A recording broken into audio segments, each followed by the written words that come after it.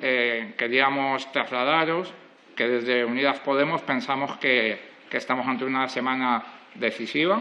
Creo que es evidente, no solamente decisiva en materia coyuntural, sino posiblemente decisiva en términos de legislatura, ¿no? En esta semana se va a negociar el paquete, ¿no?, de medidas urgentes para afrontar la crisis económica derivada de la brutal invasión de Ucrania, una crisis económica que, como ya todos ustedes saben, pues estamos sintiendo en nuestro país de una forma evidente y que afecta a numerosos sectores. En ese sentido, nosotros ya venimos trasladando públicamente y en privado nuestras propuestas a nuestro socio de coalición. Mañana tenemos una reunión con el ministro de Presidencia, nuestro grupo parlamentario, y en esa reunión volveremos a poner encima de la mesa las propuestas que nosotros pensamos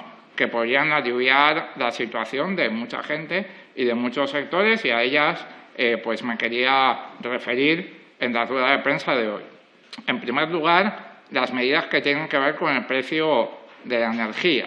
La inflación desbocada que hay en nuestro país, como todos ustedes saben, se debe fundamentalmente al aumento del precio de la energía, al aumento salvaje, me atrevería a decir, del precio de la energía, y en ese sentido nosotros pensamos que hay una serie de medidas que se podrían llevar a cabo solas o en combinación para bajar inmediatamente el precio de la factura.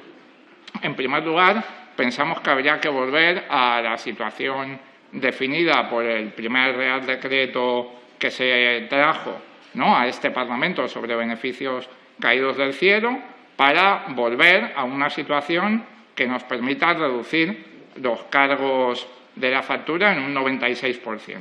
Como saben ustedes, eso se votó y se aprobó, aunque luego vino otro Real Decreto que de algún modo deshizo esa decisión y permitió que volvieran a aumentar los beneficios caídos del cielo de las eléctricas y, con ellos, el precio de la factura.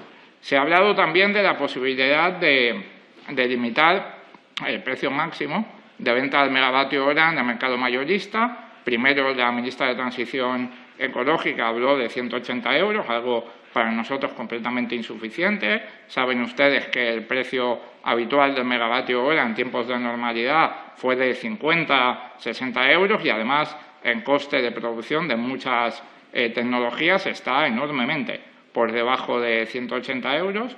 Nosotros pensamos que si la idea de limitar el precio del megavatio hora en el mercado mayorista está encima de la mesa, se debería limitar a 75 euros. Esto ya figuraba en el primer Real Decreto, era el límite por encima del cual se empezaba a minorar. Es un precio aceptado, por tanto, es un precio sensato y es un límite que permitiría bajar sensiblemente la factura de la luz, no solamente a los hogares, sino también a la industria. Pensamos que también, ya lo hemos comentado aquí, hay que aumentar el impuesto de sociedades a las eléctricas, hay que poner un 10% adicional. Hemos visto beneficios extraordinarios del oligopolio en el año 2021, que ha cuadruplicado su beneficio con la factura de la luz más cara de la historia. Pensamos que tiene que ser el oligopolio eléctrico, que está ganando una millonada, pues quienes ayuden a que podamos bajar la factura de la luz. Y por último, también habíamos propuesto y seguimos proponiendo una ayuda frontal el pago de las facturas de la energía, de la luz y de familias, que les permita afrontar el pago de las facturas de la energía, de la luz y del gas. Esto respecto de la energía. También estamos preocupados por la situación del transporte. Entendemos perfectamente que los transportistas están muchas veces teniendo que trabajar a pérdidas y eso no puede ser. Entendemos perfectamente que están en una situación muy difícil, más allá de qué partidos políticos intenten aprovecharse de determinadas movilizaciones, es verdad que el sector está en una situación muy complicada y tenemos que tener empatía con ellos y tenemos que tomar medidas, además de tener empatía. En ese sentido, pensamos que es muy importante que el Gobierno concrete el anuncio que hizo ayer. Los transportistas necesitan saber esa bonificación que se ha planteado, cuántos céntimos por litro estamos hablando, porque si no, no pueden hacer cuentas y no pueden saber si tienen que trabajar a pérdidas o no. Pensamos que también hay lugar para una bajada en los impuestos especiales de los carburantes, aunque es verdad que el margen que nos deja Europa es pequeño. Esto es así. El Gobierno dice la verdad cuando habla de un margen pequeño. No se podría bajar mucho porque Europa sitúa unos mínimos en los que ya casi estamos, pero es verdad que se podría ayudar, ¿no?, a una bajada del precio de los carburantes tomando esa medida. Y, por último, en términos estructurales y en el medio plazo, pensamos que el sector del transporte tiene que ir a una situación parecida a la que hemos conseguido para el sector del campo con la Ley de Cadena Alimentaria. El problema estructural del sector del transporte es que tiene que trabajar a pérdidas, con lo cual tenemos que hacer algún tipo de legislación que sitúe unos precios justos en el sector del transporte, de manera que haya un precio mínimo por kilómetro y en que ningún transportista tenga que trabajar en ningún momento a pérdidas, sea cual sea la situación, y en que las empresas que tienen por encima, que los contratan, pues no puedan ejercer, como hacen ahora, pues una posición de abuso de posición dominante, que es lo que pasaba en el campo antes de la Ley de Cadena Alimentaria y es lo que pasa en estas últimas décadas en el sector del transporte. Por último, el campo. Pensamos que estas medidas que acabo de comentar pueden beneficiar al sector del campo, bajada del precio de los carburantes, bajada de la factura de la luz, pero también pensamos que es un sector específico en el que hay que tomar medidas adicionales y existe la posibilidad de que, como hicimos con la hostelería, con la COVID, pues haya que dar ayudas directas para que las pequeñas y medianas explotaciones no entren en situación de quiebra. Muchas de ellas, como digo, están ya al límite.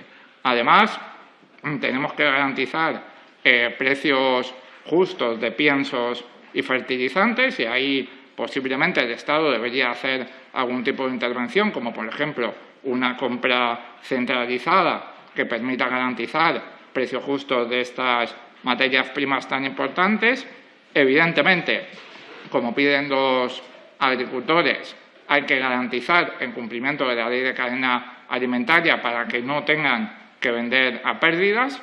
Por cierto, recuerdo que Vox y PP no apoyaron la Ley de Cadena Alimentaria que prohíbe la venta a pérdidas y en cuya aplicación está reclamando la totalidad del sector del campo en estos momentos. Y, por último, y de nuevo de forma estructural, pensamos que hay otras medidas que se pueden tomar, como, por ejemplo, garantizar una compra pública de proximidad. Es decir, que todas las instituciones públicas, colegios, hospitales, ministerios, el Congreso de los Diputados, cuando compran comida, cuando compran alimentos, pues los compren a agricultores de nuestro país, con criterios sociales, con criterios de proximidad y a explotaciones pequeñas y medianas. Pensamos que esto garantizaría los ingresos de muchas de las explotaciones y, por lo tanto, garantizaría su viabilidad. Estas y más medidas pensamos que hay que poner encima de la mesa en esta semana tan importante. Así se lo vamos a volver a trasladar a nuestro socio de coalición mañana.